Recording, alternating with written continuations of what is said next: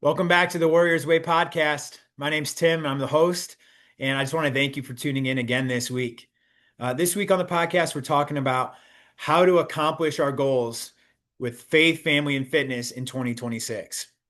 2025 is coming to an end, and it's closing out here. This is Saturday when I'm recording this before New Year's. I just got back from the Warriors Way workout this morning, and myself and the guys there this morning had some great conversation about goal setting, about how to set some goals and some tips that we can use to accomplish some of those goals in the new year. And I hope to share some of those with you today. If this podcast resonates with you in any way, I'd really appreciate it if you like the podcast, if you commented on it and you shared it with another guy in your circle that you think would also get something from it. So I want to start by sharing a couple passages of scripture that talk about setting goals. And a lot of these come up around the new year, and I'm sure you've heard of them before, but I'm going to share them with you right now. And the first one is Proverbs 29:18. It says, "Where there is no vision, the people perish." A goal without a plan is just a dream. It's not going to happen. A lot of us go into the New Year's with a goal. We have this resolution that, we want to lose weight, we want to save more money, we want to read more books, we want to travel more, whatever it is, we go into it with this resolution or this goal. And so many times we spend the last couple months, November and December, talking and thinking and planning about these goals, but we never actually make the plan. So January comes before we know it, it's here, and now it's January 1st. And we have this goal, but we don't have a plan of how to reach that goal. So where there is no vision, where there is no goal, where there is no plan, you're going to fail. You're going to perish. The Bible says it. Um, so first thing there, and I'll talk about it a little bit more, but is get a plan. You may have a goal, but what's your plan to reach that goal? The second passage is Proverbs 16:9, and it says, uh, "The heart of man plans his ways, but the Lord establishes his steps." And my piece of advice for that is you can have the best goal and you can have the best laid out plan, but if God's not in it, it's not going to work. And even if you do succeed, it's going to be in vain. So make sure you're getting God involved in your goals and in your plans. So I'm going to share 5 things today that can help you. And this is specifically in your faith, family, and fitness. So you may have other goals that fall outside of that. Some of these could probably help you in those areas as well, but I'm going to focus on faith, family, and fitness. So, number one, I talked about it already, but is start with God. Get God involved in your goal. If it's your fitness, get God involved in your fitness. If it's your faith, obviously get God involved in your faith. And if it's your family, you have to have God involved in your family. If your family and those goals are not centered around Christ and centered around the Lord and what His will is, they're doomed to fail. And like I said, even if they succeed, there's a shelf limit on those. They're going to fail. They're going to fall apart. You're going to continue down that cycle and down that spiral. So get God involved. Start with God. The way you can start with God is give him your first. Give him the first time when you wake up. Now, I know some of you are saying, "Oh, Tim, I'm not a morning person." That honestly is an excuse. I've never been a morning person until I started waking up early. It doesn't mean that I like waking up early any more than the next person, but my mornings are the only part of my day that I have complete control over. Now, as soon as 7 o'clock hits, as soon as 6:30, 7 o'clock hits, now I'm getting kids ready for school, or I'm helping getting kids ready for school. I'm getting them off to school. I'm getting to the babysitters. I'm driving to work. I have work until 5. I'm home by 6. The kids need dinner. The dog needs fed. The dog needs exercise. Spending time with my wife. Before you know it, it's 9:30, 10 o'clock, and I'm exhausted and I'm crawling into bed, hoping to do better the next day. You gotta control what you can control. And for me, the area I can control is my mornings. So it's give him your first. Give him that first few minutes when you wake up and make it non-negotiable. So for me, I've done a really good job prioritizing myself, quite frankly. And my mornings have been my non-negotiable. If I'm going to work out, if I'm going to get my run or get my exercise in, it's in the mornings because I can control that part of my day. Nothing else can control it.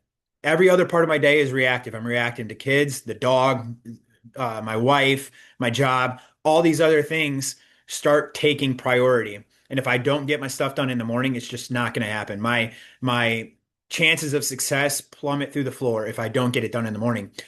Where I want to improve this year is not focusing on myself during that time, but focusing on God and bringing God into my mornings, giving him the first part of my day. Because like I said, if we're not starting with God, we're doomed to fail. We may even succeed, but we're going to have troubles. There's going to be pains that come up. And with God, we can get through those. So start with God and start small. It doesn't have to be, okay, I'm going to wake up and I'm going to spend an hour in the Bible today and I'm going to read through the Bible in a year. That's awesome if you have that goal. But start small because all of our goals are relative to where we are right now. If you're not doing anything right now, start with 10 minutes. Start with praying for 5 minutes. Start with 10 minutes of Bible reading. I would really encourage you to get on and buy a Bible, like buy the hard copy Bible, not your phone. We can all get the Bible app on our phone here. I'd encourage you to get in the Bible, put your phone away. Because what happens is you're going to get a notification or you're going to get an email or you're going to get distractions when you're on your phone. Put the phone away. Leave your phone in your room, get out of your room, get your Bible, sit down, and get some time in the Word. Start small. So start with God and start small. The second point is water. It may sound simple, but I promise you, the majority of you guys listening to this are probably underhydrated. Start with water. So this falls into our fitness. Aim, if you're not doing that right now, aim for 3 liters of water a day. I try to get more. I try to get just under a gallon of water a day. Most days I don't hit that, but start with 3 liters of water. A good way to look at that is as soon as you wake up, drink 2 glasses, 8-ounce glasses. Boom, that's 16 ounces. And try to get your first liter in before you have anything else, before your coffee, before your mushroom coffee, before your tea, before your Starbucks, whatever it is, get a liter of water in. Number one, it's going to help your appetite. It's going to help your insulin. It's going to help your hydration. If you really want to level up, sprinkle in some salt. I'll put a link to the salt that I use in the description here, but throw some salt and minerals in that. That really levels it up. But start with water. So you got 3 liters of water. Hit that first one when you wake up. Drink that second one throughout the day while you're at work, maybe after your first cup of coffee through lunch. And then start on that third one at towards the end of your workday through dinner. Try to end that last liter of water about 2 hours before you go to bed because that's really going to interrupt your sleep. We've all been there where we drank too much water before we go to bed, and now we're waking up all night having to go to the bathroom, and that's going to interrupt your sleep, which is another part of that, your fitness and your health. So aim for 3 liters of water a day. The third one is prioritize protein. So this was probably the biggest game changer that for me over this last year was prioritizing protein. I've always been one who I know how much protein I need to eat, and I've focused on my carbs and my fats and all these other things. And I get too much in the weeds of all that. Just by prioritizing protein, what I found, number one, is that my overeating really stopped because it's really hard to overeat when you're prioritizing the amount of protein you should be getting. So if when you prioritize protein, all those other things can kind of work themselves out. You can get deeper in that and you can get more advanced, but start off just prioritizing protein. The way you prioritize protein, focus on 1 gram of protein per pound of body weight that you want to be. And I'll give a caveat to that. So if you're 220 pounds and you want to be 190 pounds, I would start with trying to get about 200 grams of protein a day. Make it like a 20-gram deficit from where you are. And then as you lose weight, as you're getting in shape and some of those pounds are coming off, adjust. But don't just start off with 150 grams of protein if you're 220 pounds. Your body's not going to have enough fuel to build that muscle, especially if you're working out. Some things you can do to get that protein. Grilled chicken breast is probably the highest density of protein there is out there. So grilled chicken. Another one is eggs and egg whites. A lot of people make fun of me. I have egg whites in a carton. I drink them every morning. I just pour 8 ounces of egg whites in, slam them back. It literally tastes like nothing. Once you get over the, taboo of taking one time, it's really not that bad. My coach Darren actually puts some sugar-free chocolate Hershey syrup in there, and it becomes like a chocolate milkshake. Or you could throw them in an omelet, but a cup of egg whites makes a very big omelet. So for my mornings, I drink a cup of egg whites and I have 2 or 3 whole eggs, and that's about another 50 grams of protein. Another one is protein powder. I know there's a lot of stuff out there. I'll put a link to the protein powder I use from First Form down in the show notes. But protein powder and Greek yogurt. That's another hack for getting enough protein in. So focus on those. Don't make it too complicated. Grilled chicken, eggs, egg whites, Greek yogurt, protein powder. Keep it simple. The fourth way that we're going to level up this year, and this starts getting into our family, is spend 60 minutes of playtime with your kids. My buddy Ben just had a podcast, and I'll share that link as well. But he just had a podcast, and I'm copying a few of these from him. But 60 minutes of play with your kids. Turn the screens off, turn the movies off, turn the tablets off, turn the phones off, and spend 60 minutes of quality time with your kids. I see Ben do this all the time, and I see how his family has grown. I've talked to him about how his family has grown, and that's one thing I really want to adopt into my New Year's goals for my family is spending 60 minutes of dedicated quality time a day playing with the kids, wrestling on the floor, playing some board games. My kids are young. They don't know how to play the board games quite yet, but my daughter loves to play board games. She doesn't know any of the rules. It doesn't matter. Just have fun and play some games. As they grow older, those times are going to become cherished times in your life. So spend 60 minutes of time with the kids, no screens attached. The last one is again our family, but this has to do with our spouse.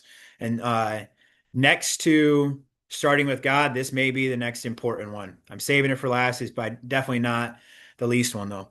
Spend at least 60 minutes of focus time with your spouse. And this can be playing a game.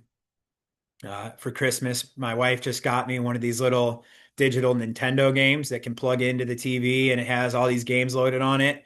I'm not a huge video game player, but the last couple of days we've been playing these games and I've loved it. Why? Because me and her are just spending time hanging out together playing a game.